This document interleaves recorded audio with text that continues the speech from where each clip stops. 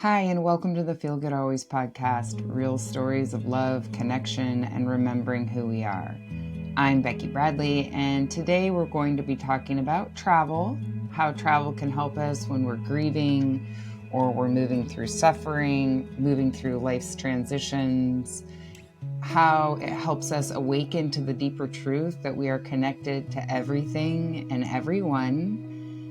Sometimes it takes leaving home or stepping into new energy to remember what's been here all along. It's available not only in travel, but travel does help us remember. So first, I want to say welcome to anybody that is new here, and thanks for all of those who've been following along. This podcast was born out of direction from my 15-year-old daughter, Keira Bradley. She died in a fatal accident a couple years ago. And when that happened, of course, there was really soul-crushing grief. But what happened is I was able to hear her and have a profound connection to her. And she has really guided me to start this podcast and share all of these ways that people can find inner peace and connection. And that's what we're doing here. Not only finding inner peace, but really ascending into higher levels of consciousness. This is where I am today. I sit in a really beautiful energy of connection to everything and everyone, and I live in peace. And I'm just here to help transmit this to all of you. So if you're listening and you found me, I don't believe it's by accident. I believe there's something you are supposed to hear today, and it'll help you on your journey towards inner peace and really this feel good always energy as we move into these higher levels. So this episode is about travel. And when we go to different places, how it makes us feel connected, not just to the new places, but to ourselves, our loved ones in spirit, if you have someone on the other side, but really to the earth, to everything.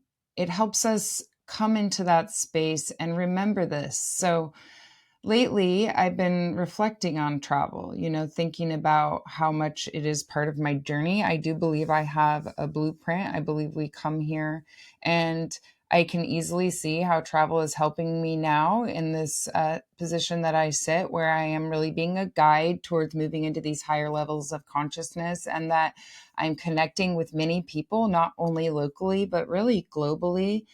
And that travel was always going to be a part of this because travel has been something really important to me since I was a little girl. When I was a little girl, we would camp all summer long, and I would just really wanted to do that. So once I was out on my own, I had my son Tyler when I was only 19 years old, but I would save my money so that I could afford a plane ticket to go to Michigan every summer.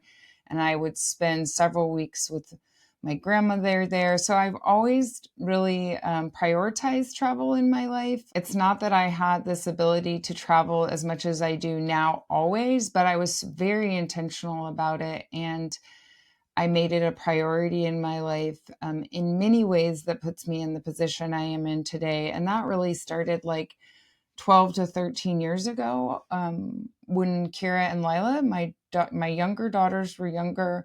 We really started traveling a lot, and we did some world schooling, which is they were homeschooled and really learning through travel. And I do believe that this is all part of the plan too, because, Keira was able to really see the world, and we did it when she was young. I had this very intuitive knowing not to wait till they were older to go explore. And so we went a lot of places and we did a lot of things, and I really was intentional about that. And then the last 6 months of her life, she was on a lot of trips as usual. I think 3 weeks before she died, we were in Hawaii on a spur of the moment trip. And we had also gone to Zion, San Francisco.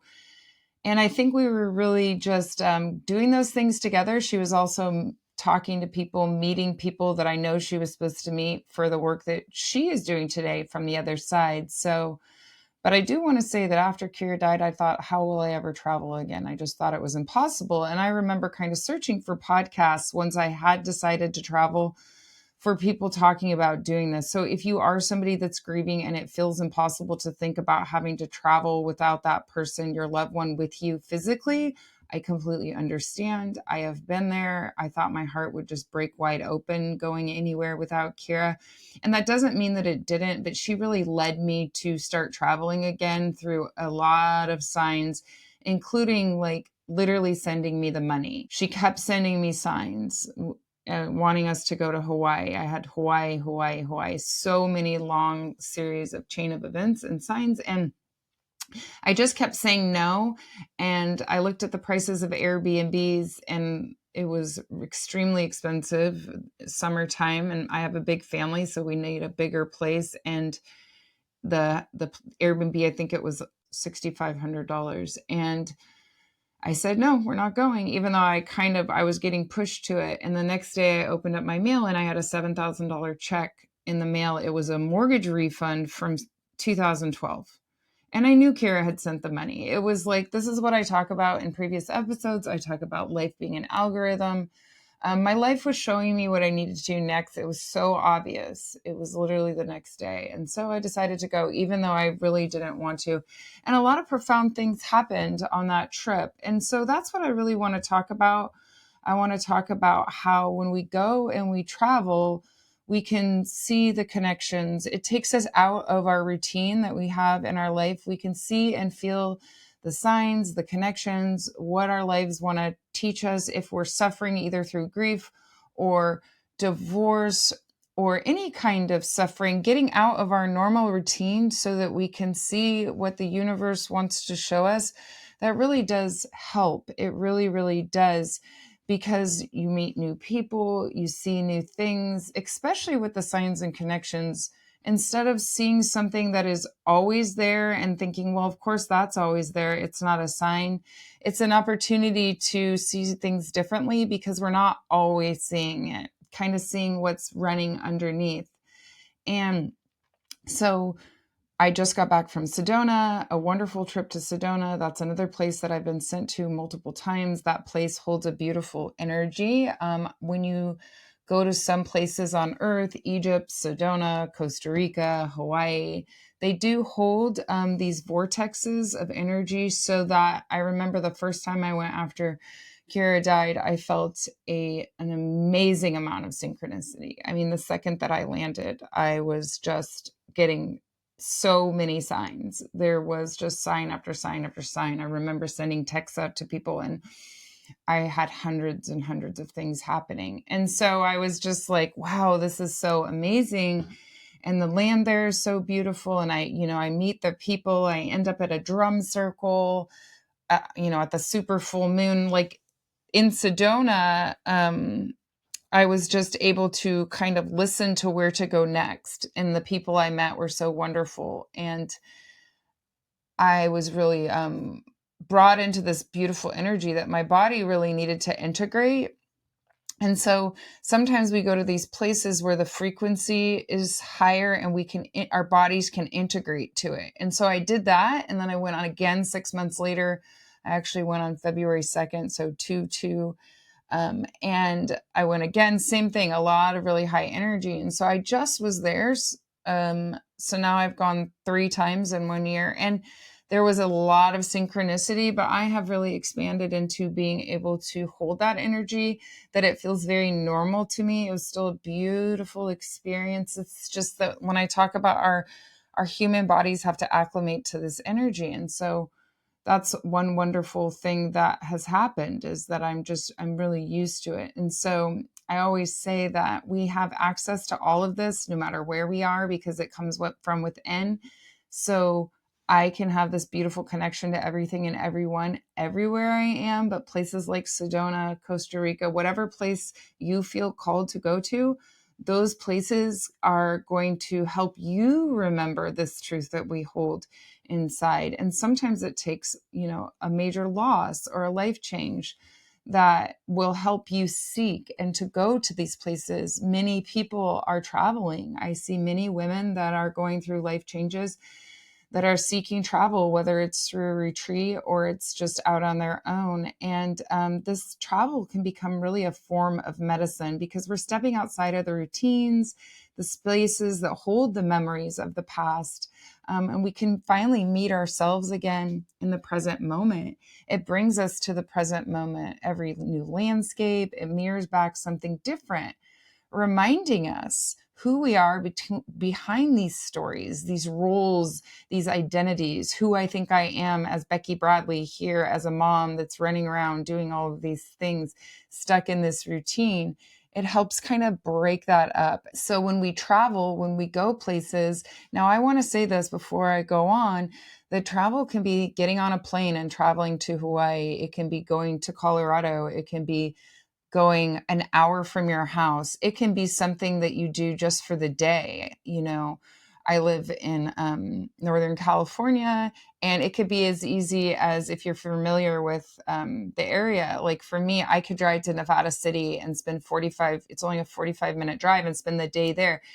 If I can't do full travel, just going somewhere else that I don't normally go to, going to Sacramento, walking around, just exploring something new. Because when we travel, our awareness heightens. So it can even just be a one-day thing. Going to the ocean. My daughter Lila and I, after Keira died, we had traveled a lot, but we kind of vowed to each other, we're going to the ocean at least once a month. We live about 2 hours from the ocean, so sometimes it's just for a day, because the ocean feeds me and heals me. And so, I needed that to help myself heal. And so her and I go at least once a month, whether it's all the way to Costa Rica or it's taking that 2-hour trip to the coast, and we'll just go for a day. I mean, and that's just something I prioritize now. And it helps me when I do these things because it heightens my awareness. I can become more intuitive, more creative, more resourceful, and I can really feel and sense everything more when I am traveling, or it has helped me to do that. I can actually really do that anytime now, but it did help me. It brought that heightened awareness so that I could see more signs and synchronicities. Really feeling fully alive, meeting people from all different cultures. That's a huge thing too. I think sometimes we can get stuck in what's going on here in our world, either our local communities or even like the United States. And to go to different cultures, different countries, to see what is happening there, and to really expand our perspectives. It can remind us that there are ultimate possibilities, really, how vast life is, how vast the human experience is, how you could think of what it would be like for me to live in Colorado, or what would it be like for me to live in Costa Rica or Hawaii. Just looking at all of these humans that are having all of these different experiences. And then I think about like the landscape, the different trees, the different flowers, the different buildings, the animals, especially when I go to a lot of places in nature, and I love seeing the different animals. I just saw a fox the other day on my hike, and then we get to look at like the animals that are native to that area. And that's just really being connected to everything. When I step outside of my comfort zone, my home, the things that are happening at home, go into new environments, it just shows me like the endless animals, endless ways to live, endless timelines we can step into. It brings an imagination, hope, possibility, really the energy of moving out of this third three-dimensional space into really the fifth dimension where creation happens. And we do create, obviously, in the third dimension, but really feeling connected to everything and being able to like merge consciousness, that opens up when we go to new places, when we get quiet enough. We don't fill up the whole travel time with nonstop doing. That I want to say that's one thing that I do. I do not fill up my traveling with nonstop doing. I actually don't really make plans. Just went on a trip to Sedona and I had no plans ahead of time. And I did fill up and did plenty of stuff, but I kind of leave it open to be shown what to do next. And I just loved it on the trip. Like, once again, I'm just struck by how kind people are. I was just with Andrea, who was just on the podcast. She was there hosting a retreat, and the door to her van was broken, and there were strangers that were helping her. And just being in awe of the kindness of strangers, offering help and patience. And yeah, it's just a reminder that people are good. We have to remember people are good everywhere we go, and that the world is full of goodness. And that really reconnects us to the truth, and that only love is real, and that we are collectively, humanity is just really amazing and really beautiful. And maybe if you're watching the news or you're scrolling and you're pointing fingers at people, maybe you don't think that. Maybe you think that humanity isn't so beautiful. But if you step outside of what you normally do, whether it's the news or scrolling, you will see the beauty of humanity, the beauty of people everywhere. And moving to other places, it just really opens up that energy. It opens up that energy to see that. And so when I travel, I often feel inspired to start something new, to clear out old space. And it's always like a reset. Even though I do it a lot, it really feels like a reset. And I always love coming back home. I always love coming back home because I love wherever I'm at. And that has always been my thing. It doesn't matter where I'm at. I love it. But I do enjoy spending time in other places and seeing what's alive in all of these places. Another thing is that in travel right now, a lot of people are being called to sacred sites. Sedona, Egypt, Machu Picchu, Hawaii, Mexico, Costa Rica. The land itself holds energy and memory. And I got called to Costa Rica, and over and over and over again this year. And I know that this was a divine blueprint in my plan, and I continue to be called there to the energy of the land. I want to say one thing about Costa Rica. The people there, they live the Pura Vida lifestyle. And that means pure life. Everything is just as it's supposed to be. And I remember I was in the cab ride with a cab driver, 2 hours, just me and him. And it was just so beautiful. And this is what I'm talking about. All the beautiful things that he was saying. He was letting me know about the problems of the country and some political things. But he said, Becky, I want you to know, I'm not complaining. This is what it is. It's fine. I love it. I love my life here. We don't do that as a culture, like the Costa Ricans. No, we don't do that. He said, I'm just telling you. So he's just like telling me, but just like, we also just love our life. He was just telling me what was going on, and we love our life, the Pura Vida lifestyle. So what I love about Costa Rica is that you can feel the energy of the people as soon as you land, because when a group of people all collectively feels that Pura Vida lifestyle, you can feel it. I can feel it right now in my body. You can feel it. And so that's what we're all doing here on this podcast too, as we all move into this higher level of energy and connection, is that we are really bringing this onto the earth, first starting with ourselves and with other people, so that it can be like that, not only in places where Costa Rica, where the culture is that Pura Vida lifestyle, but can we just do this everywhere? In places like Costa Rica, they help us remember this. And we're really just remembering ancient parts of ourselves, through the stones, the water, the vibration of the earth. And the earth is alive, and it's guiding us, and it's showing us where to go, through the energy lines. And we can use our intuition to hear where we are supposed to go. And I know you will hear certain places.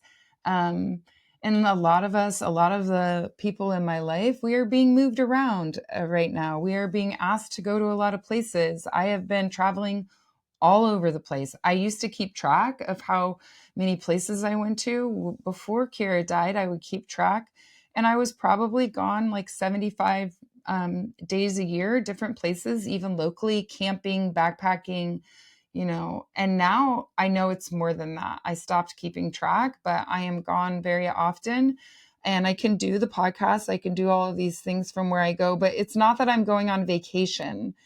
I am going to be with the land, be with the people, meet the people I'm supposed to meet. That's another thing. Like, if you get called somewhere, it's also could be because you're supposed to meet someone or you're supposed to see something new, a new perspective.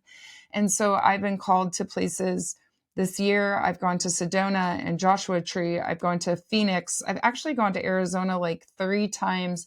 I go to Lake Almanor. I've gone to the coast, Monterey, Carmel, Santa Cruz. I've been called all over the place, and I just know that I am supposed to go. And Hawaii also multiple times, and that I'm supposed to go. It's for me an opening to a connection to everything and everyone, and it's also to bring this energy that is coming through me from Keira to other places. And we hold this frequency inside of us, and we are just spreading it. And so we are all energetically moving this around together. And so I always say, like, listen to yourself. Okay, listen to yourself, because you'll know where you're supposed to go, and what you're supposed to do. And it doesn't always have to mean that you're boarding a plane. Like I said, it could be meaning that you're driving to the ocean for the day, walking along the river, exploring a nearby town, just changing your scenery. And every time we go somewhere new, we remember that we're connected, just how connected that we are to everything and everyone. And we're really just remembering who we are. And I believe when we answer those calls, we're not escaping our lives. We're just syncing with the Earth's intelligence, with our higher selves intelligence, with the ley lines, the currents that are guiding us there. So we just imagine where that place is. If you're listening to this and you don't know, I would just really set an intention to be shown where you should go. And that, you could fly across the world, or it could be right here. It could be right here. It's really just, again, the act of stepping out into the unknown that opens our awareness. Travel shows us that presence is portable, right? We can take our presence, who we are, we can take it anywhere. It's actually not tied to a destination. It's inside of us, but those places help us because every place has energy. Every person reflects something back. Every journey brings us closer to remembering that we were never disconnected from source, from the oneness, to the fact that separation is an illusion. Okay. So just remember that you are sacred wherever you are.